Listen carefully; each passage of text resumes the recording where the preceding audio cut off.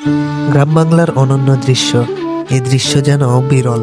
কাদামাখা মাঠ, নীল আকাশ আর গরু দিয়ে হাল চাষ।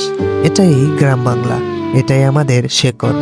আজ অনেক জায়গায় আধুনিক মেশিন এসেছে, কিন্তু এখনো গ্রাম বাংলার বহু গ্রামে এই গরুর হালই কৃষকের সবচেয়ে বড় ভরসা। এই মাঠেই পড়ে কৃষকের ঘাম, আর সেই ঘামেই জন্ম নেয় আমাদের সোনার ফসল ধান। সত্যি এই দৃশ্য যেন বিরল। আজ আমার কেমন জানি মনে হচ্ছে আমি সফল, আমার কন্টেন্ট সফল। এমন দৃশ্য ক্যামেরা বন্দি করতে পেরেছি। এই মানুষটার দিকে তাকান। রোদ, কাদা, পানি কিছুই যেন তাকে থামাতে পারে না, কারণ সে জানে আজ যদি মাঠ প্রস্তুত না হয় তাহলে কাল ফসল হবে না। আমরা অনেকেই শহরে বসে ভাত খাই, আর সে এখানে দাঁড়িয়ে ভবিষ্যৎ বনে। গরু দিয়ে হাল চাষ শুধু একটা কাজ নয়, এটা একটা ঐতিহ্য। বাবার কাছ থেকে ছেলের শেখা, প্রজন্ম থেকে প্রজন্মে বয়ে চলা এক গল্প, যে গল্প কখনো হার মানেনি। যে গল্পগুলো শুনেছি তার যে কখনো সাক্ষী হতে পারবো তা কখনো কল্পনাও করিনি।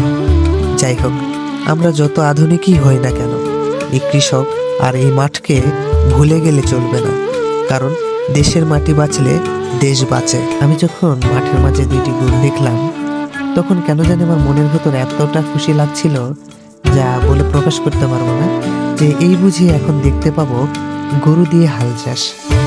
তবে একটা সময় খটকাও লেগেছিল যখন এই কৃষক তার নাঙ্গলটি কাঁধে করে নিয়ে যাচ্ছিল। ভেবেছিলাম হয়তো চাষ করা শেষে যে কারণে সে চলে যাচ্ছে। আসলে ঠিক তা না, সে কাঁধে করে নাঙ্গল নিয়ে পাশে রেখে গরুকে দিয়ে মই দিচ্ছে, জমি একদম প্রস্তুত করছে। যে জিনিসটি দেখে সত্যি অনেক ভালো লাগলো, আমার তো ভালো লাগলো। তো আজকের এই ভিডিওটি দেখে আপনাদের কেমন লাগলো অবশ্যই কিন্তু কমেন্ট বক্সে জানাতে ভুলবেন না।